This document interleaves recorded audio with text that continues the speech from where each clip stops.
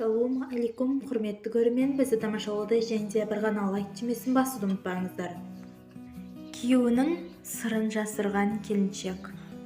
Қадым бір заманда намазхан жігіт болыпты. Ол жастайынан намаз оқып, өзінің Алла жолында құрмет қылатын болыпты. Ата-анасы оны үйлендірмек болыпты. Байге жеткен жігітті әкесі үйлендірмек болады. Бала есе оған қарсылық көрсетеді. Себебі бала еркек болуға әлі дайын емес еді. Бірақ бұл жайтты білмеген әкесі қоярда қоймас баласын үйлендіреді. Бала үйленгеннен кейін той тамаша болады, көрші қызды алып береді. Шымылдыққа кіргеннен кейін күйеу бала келіншекті алдына отырғызып жайлап түсіндіре бастайды. Мен зайып еркекпін. Мен сені бүгін түнде қуанта алмаймын. Себебі мен еркектік деп бәр нәрсені айтып береді. Бұл жайтты естіген келіншекке жігіт былай дейді. Егер осы сәтте мені тастап кететін болсаң, ертең азында тұрып кет. Бәр айыпты мен өзіме аламын дейді. Сол кезде келіншек былай деп үн қатады. Біз бүгін некеден өттік. Сен менің ерлі зайыптысымсың. Екеуміз бір некеден өткеннен кейін күйеуінің сырын жасырмаған әйел бұл ақыретте дүниеде қатты қиналатынын мен өте жақсы білемін деді. Келіншек өз сөзін аяқтап, онымен бүтін өмір жасауға антын берді. Бірақ та бұл сыр жайлы ешкімге айтпайтынын айтып өтті. Осылайша арадан 7 жыл өтті. Келіншек бар ауыр жүкті мойнына алып, тумас атанып, ел алдында масқара болды. Алайда ол күйеуі үшін бәр нәрсеге төзді. Күйеуінің сырын бір үн қатып айтқан жоқ. Алайда жігіттің әкесі жігітті алдына шақырып, қасанға дейін бұл әйеліңмен жасайсың? Тумас әйеліңмен жасаудан жалықпадың ба? Менде немере көргім келеді. Сенде әке болуың керек. Әке атануың, мен есе баба атануымыз керек. Сен бұл әйелден ажырас, мен саған жас қыз алып беремін деді. 7 жыл сырын сақтап, періштедей болған келіншегіне бұлай жасауға жігіттің анты бармады. Алайда іштей қиналды. Келіншекке бұл жайлы айту ол үшін өте үлкен азап еді.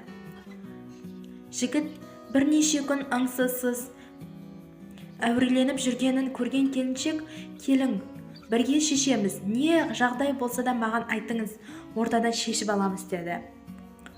Алайда жігіт айтқысы келмеді. Бірақ та әйел ерлі зайыптың ортасында сыр болмайды дегеннен кейін жігіт айтуды жөн көрді. Және де әкесінің айтқан бәр жайтын оған айтып берді. Бұны естіген келіншек көзіне жас ала отырып жылай бастады. Бәр жайтты айтып болғаннан кейін жігітке қараған келіншегі былай деді. Мен бұған разымын.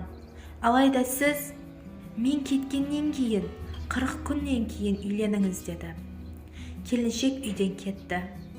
Және де әке шешесінің үйіне барып, мен 40 күн шілдедемін. Дуа оқимын. Дуа пәте оқимын. Дуахан атанамын деп үйіне кіріп кетті. Және де оны безата қылмауын сұранды. Арадан 40 күн өтті. Жігіттің үйіндегілер тойға дайындық көріп, жігітті үйлендіріп алды. Жігіт ішінде бір әлеңсіз жағдайы бар еді. Себебі бүгін ол масқара болатын күн. Біріншіден, ақ періштедей келіншегін тастап басқа әйелді алып жатқаннан іші жан дүниесімен қиналса, екінші жағынан, екінші әйелінің ол туралы сырды біліп қалуы және оны ел жұртқа айтып қоюынан қорқатын еді. Жігіт бұл жайтты ешкім білмеу үшін өзіне қол жұмсап у ішеді. Жігіт у ішкеннен кейін сол тәсір етіп сол заматта шымылдыққа кіргенде құлайды. Алланың кереметіне қараңки, пәкізі ақ көңіл келіншектің 40 күндік шілдесінің дуайы пәтесі балаға жәрдем беріпті. Яғни у жігітке шипа ретінде тәсір етіпті. Шымылдықтың ертесіне үрдіске көре қыздың апалары оны шілләрге алып бара жатқан жағдайда келіншек жол апатынан қайтыс болады. Содан соң жігіт жігіттің әкесі оған былай үн қатады: сен уайымдама, бұл да басымызда бар екен. Алланың сыны болса керек. Алла нәсіп етсе бәрі жақсы болады. Саған және қыз алып беремін, деді. Жігіт ашуланған ызаменен әкесіне бар болған жайтты айтып береді.